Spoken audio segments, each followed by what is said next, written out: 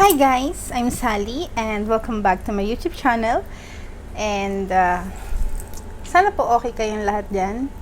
At for today's vlog, ang gagawin ko po is yung makeup look na ginawa ko in 70s and 80s makeup look na ipinost ko na po sa aking Facebook and Instagram account. At ito po siya.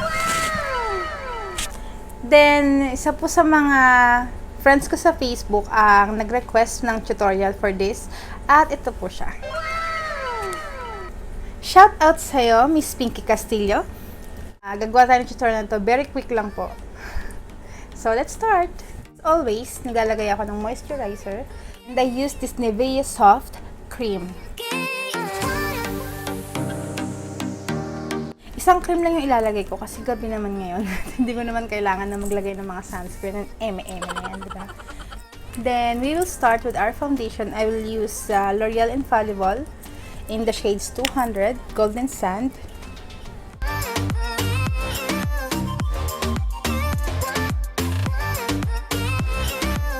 And I will use my makeup sponge to blend it.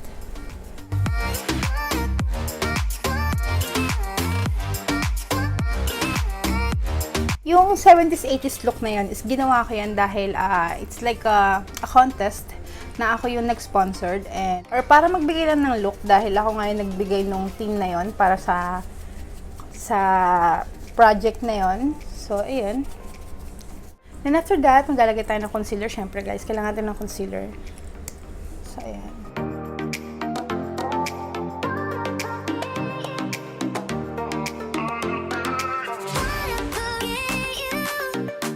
So, magkukontour tayo, guys. And I will use Focalier Contour Stick.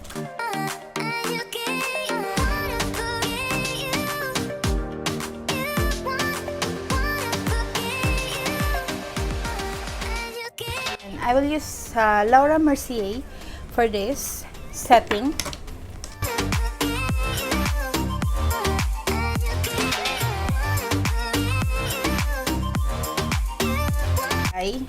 Especially in that look.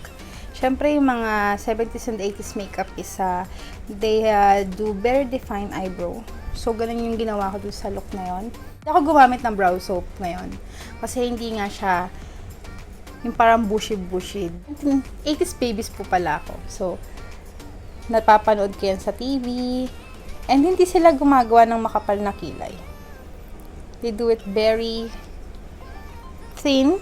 Not too thin, but thin eyebrow and very defined.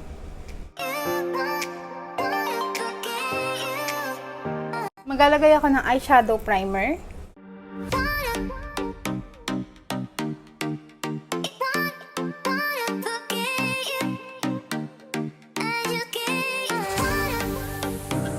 So, ito yung ginamit ko guys ng Huda Beauty na Desert Dusk palette.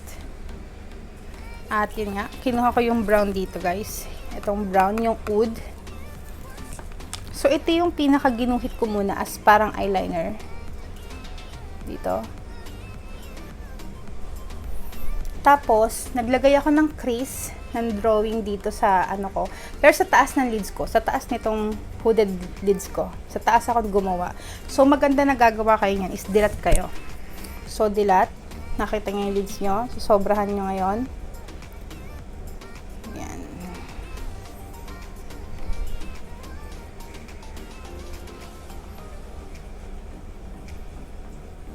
Sa taas niya, di ba?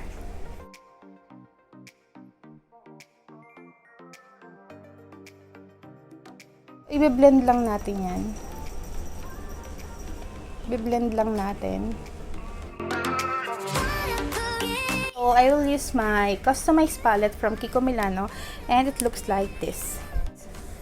So, tatlong kulay siya. Itong tatlo na to yung ginamit ko sa look na yon. I will use yellow eyeshadow para dito. Dito ko nilagay yan. Sa taas nung brown. Then, ganun din sa kabila. Then, since nagawa na natin yung cut crease natin, yung pinaka-crease natin, maglalagay na ako ng green. So, I will use also the brush from this palette.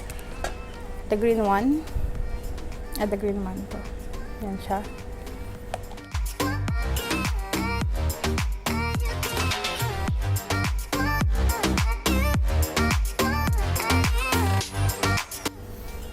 Then, maglalagay tayo ng blue eyeshadow. Blue talaga yung nilagay ko dyan sa ilalim. Yung blue rin dito sa palette na to.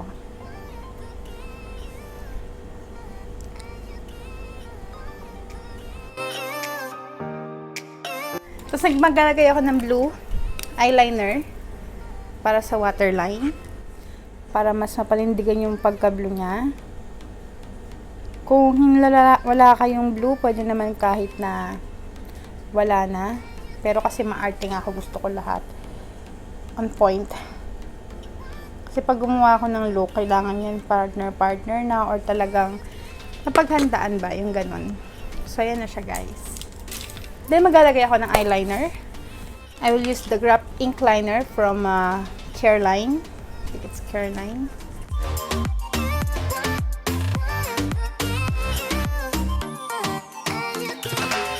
Nung kabataan ko, naalala ko, sikat nun sila sila, tawag nito, si Jolina Magdangal. So, lahat talaga napakakulay, nakakatuwa, maraming mga accessories sa buhok, sa hikaw, lahat, as in, ang ganda. Curl natin yung lashes natin bago tayo maglagay ng eyelashes, false eyelashes. Para lahat ng buhok nakataas. Since gagawa ko mamaya ng mga fake na bottom lash or bottom lines dito, kailangan ko yung lashes ko is ganito rin yung style niya. So, para din siyang per pieces.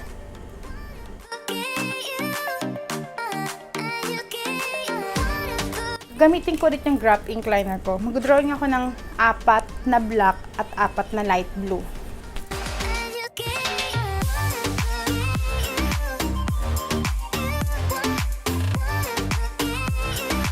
Sa blue liner naman na ginamit ko doon is itong Handayan colored liners. So, ayan.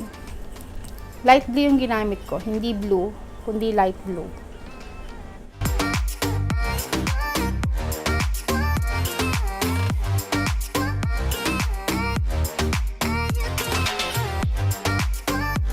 Sa bronzer is itong Kiko Milano na bronzer.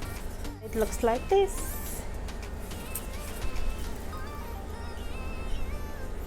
Konti lang.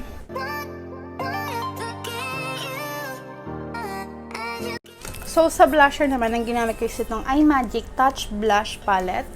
At ang ginamit ko is yung more on pink nila dito. Kasi nga, 'di ba, colorful lang kailangan nating look. So, pink tayo, guys. So, sa highlighter, nag-i-spray muna ako ng kahit na anong face mist. Kung nanonood kayo sa vlog ko laging ganito yung way ko. So, nag-i-spray muna ako ng any face mist sa mukha ko bago ako maglagay ng highlighter. I use this Vice Ganda Cosmetics highlighter in Splendid.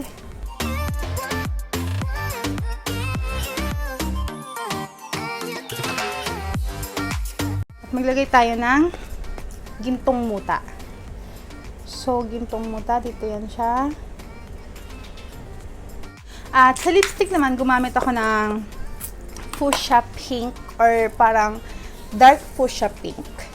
Dalawa sila, parehas silang iMagic. At ito naman yung isa, may pagka-purple siya. Tapos isang dark. So, ito yung ginamit kong lipstick din, guys. So, first, maglalagay muna ako ng dark. At hindi pa naman uso dati yung mga pouty-pouty or mga parang volumized na labi. So, susundan ko lang yung labi ko. In-outline ko ng kaunti, pero hindi sobrang laki. Papatungan ko ng parang purplish pink sa ibabaw.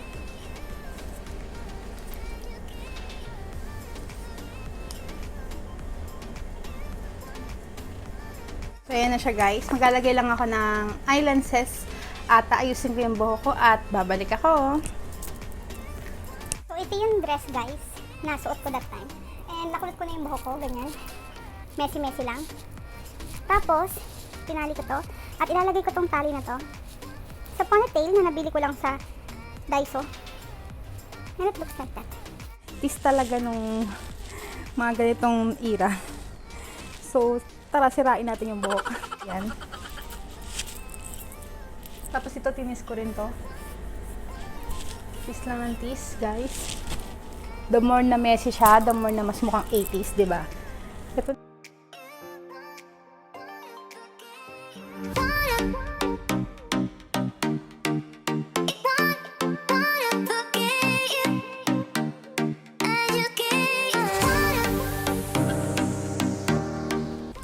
So, this is the final look, guys. I hope you like it. At sana po nasundan niyo yung pagtuturo ko ng kung paano ko ito ginawa. And again, guys, thank you for watching this video. At kung hindi pa kayo nakasubscribe sa aking YouTube channel, please don't forget to like, share, and subscribe. And please click on the notification bell para updated kayo sa mga bagong videos na i-upload ko po. Thank you so much, guys. Mwah.